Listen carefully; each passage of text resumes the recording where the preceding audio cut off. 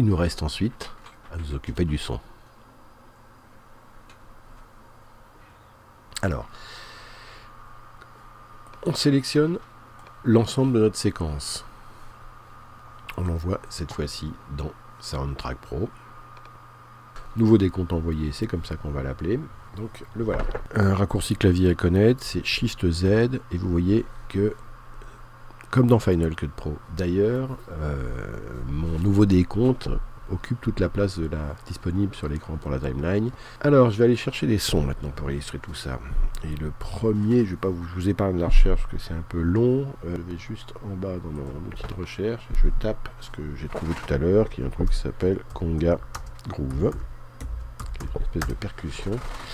En fait, il m'en faut un comme celui-là, qui soit d'un tempo de 120, ce qui veut dire donc que c'est un multiple de 60, et comme il y a 60 secondes dans une minute, ça veut donc dire que je vais avoir mon tempo aligné exactement sur la seconde. Alors je vais l'allonger un petit peu pour qu'il corresponde à la durée de mon clip, et on va essayer maintenant de synchroniser le battement sur ma seconde. On écoute.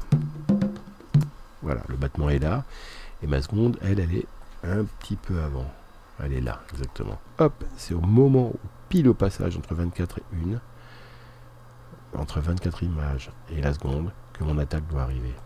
Donc je vais la remonter de manière effectivement qu'elle attaque pile là. Vous voyez, 24 et 1, et j'ai mon attaque là. La seule chose à faire ensuite, c'est qu'après cette seconde, je dois le couper le son. Donc ici, je dois terminer mon 7-11. Même plus que ça, si je grossis bien, je dois avoir mon attaque à 7 secondes. Voilà. Et ensuite, un shunt. Alors pour faire un shunt, on prend dans un coin et on clique en tirant. Et voilà un petit shunt qui va me donner, en écoutant bien,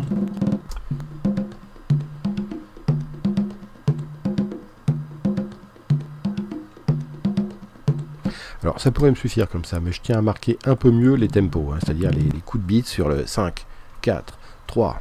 Et là, je vais aller chercher un tout petit bout d'extrait de hip-hop qui soit très percussif, très court, très sec, on va dire. Allez, on va découper là-dedans. Donc je le mets là, ce son, et alors je vais aller, vous allez voir, prendre un petit bout très sec de ça. Alors on va l'isoler, le tchac. Il est là. Oui, le petit tchac, c'est ça. Ici. Alors, on va grossir un petit peu pour bien l'isoler. Voilà le petit tchac. Donc en fait ce beat, je vais le faire puncer et le coller.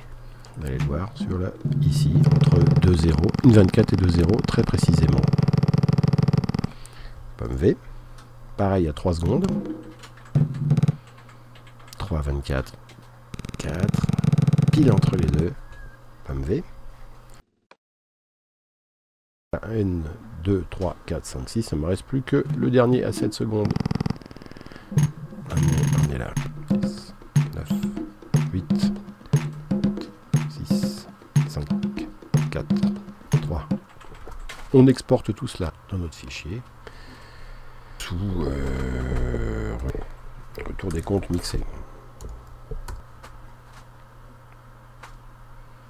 C'est revenu s'intégrer dans retour des comptes mixés, j'ai mis moxé mais c'est pas grave, dans une nouvelle séquence créée avec le son mixé et les images telles qu'on les avait posées précédemment. Et notre résultat est presque parfait, il reste juste à ajouter le petit bout de 1000 Hz à 1 seconde pour annoncer qu'on arrive vraiment. Dans nos générateurs ici, on va aller prendre la Mir et 1000 Hz en pâle, voilà. On va lui mettre une durée de 4 images, c'est tout. Mais juste le son sur les pistes 3 et 4.